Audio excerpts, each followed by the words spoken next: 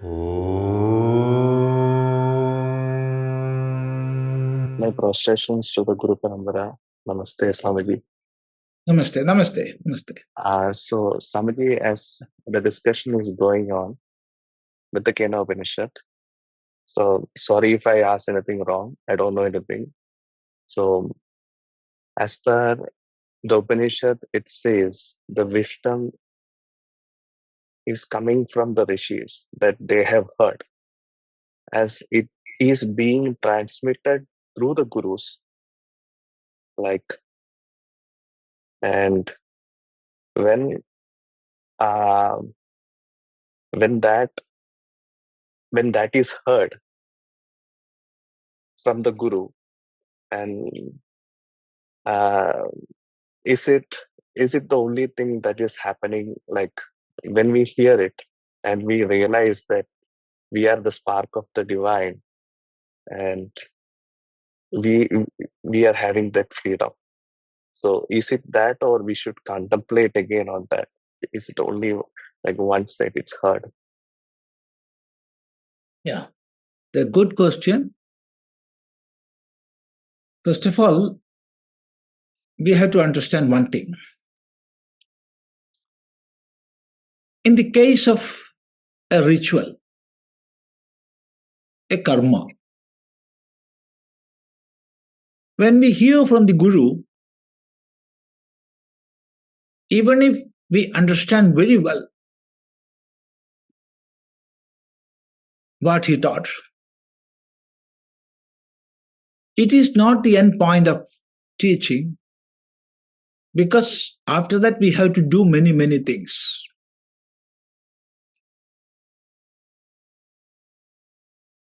We have to collect the materials for this Agnihotra,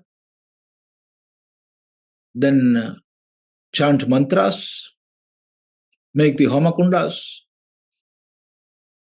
make the offerings, many, many things. So there is karma shesha in that teaching. But in the case of Upanishadic teaching, there is nothing remaining. Nothing remains. What taught is taught. There ended everything. So that nothing more is there remaining. But even though there is nothing remaining, who is hearing? I am hearing. That means the Shishya is hearing.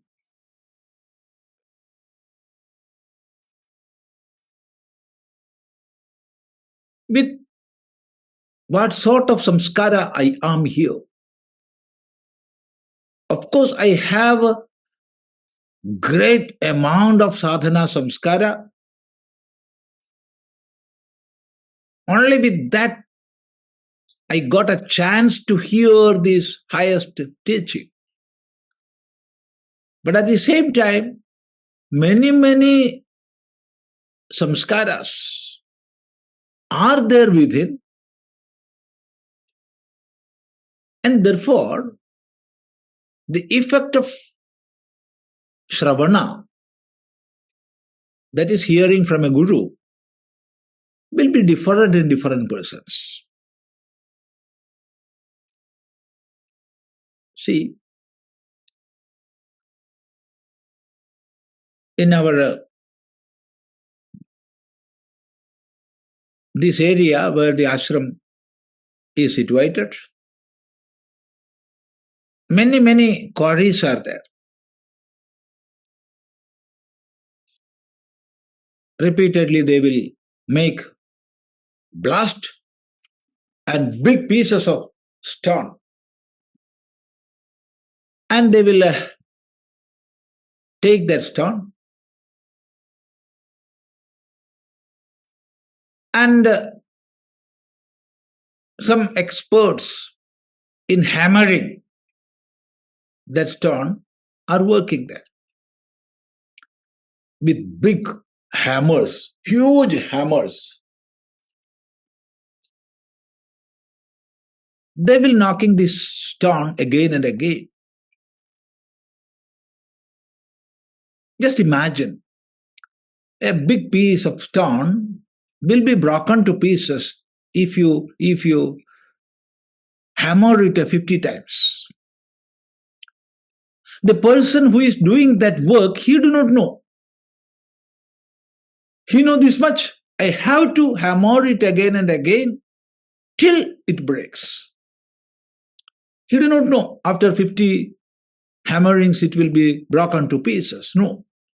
So after giving 49 hammerings, he was tired and he thought, I can go and have some tea and some tiffin. So after having the tiffin and tea, he came back. He took his hammer, only one hammering, it cut into pieces, 100 pieces. So it is at that point of time a newcomer. One man came there. What is such a huge stone? This man, what a wonder it is. With one strike, that stone was cut into 100 pieces. Actually, it was not that.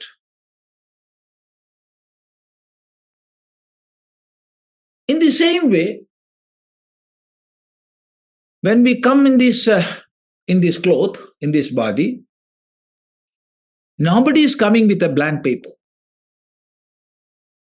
We are coming with inscriptions of many, many lives. Many, many lives. So for those who are coming with a lesha avidya,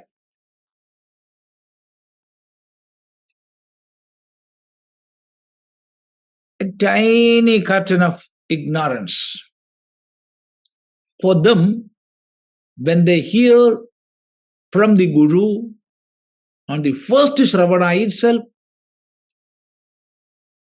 the truth will be revealed. But for others, they have to hear again and again. And therefore, the rule for a sadhaka is avritti rasakrit upadeshat. You have to hear repeatedly. And after hearing from the Guru, simply sitting won't do. We have to ruminate what we have heard again and again. That is repeated contemplation. Taking in many, many logics with the help of rational thinking. We have to contemplate what has been taught by the Guru. That is, after Shravana, there must be manana. And through these two sadhanas, that is Shravana and Manana, what will happen? See, when we heard for the first time, there was no doubt at all. But when we started doing Manana, many, many doubts and questions came.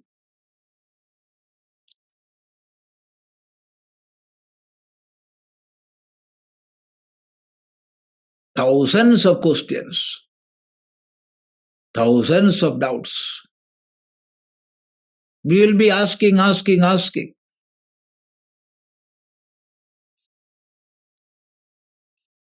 Then, if we are doing these sadhanas, that is Shravana and Manana, then we will realize the volume of doubts, the momentum. It is going down and down. All the doubts are being cleared. Now, no doubt at all. And that is the state of nididhyasana. So the steps or stages of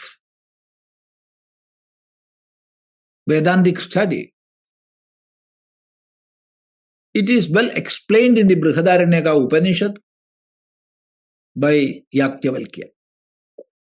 Atma vare drashtavya shrotavyo mantavyo nididhyasitavyaha.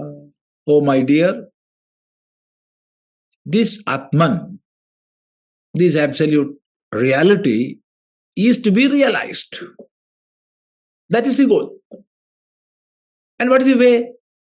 Shrotavyaha. First you have to hear. Then mantavyaha. You have to contemplate. Think about that repeatedly. And nididhyasitavyaha. With focused intellect, you have to be one with that. So these three are the steps of Jnana Marga. So the question is there something more we have to do? Yes. That is one answer. No, that is another answer. That depends on the stage in which we are. It differs. And we have to understand this much. After hearing the ultimate reality, there is nothing more to hear.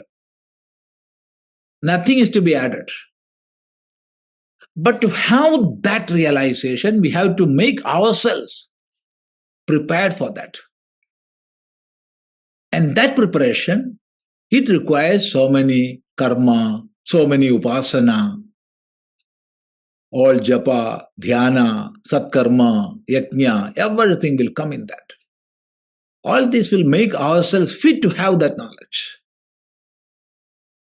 Yeah, that is the answer. Namaste. Oh.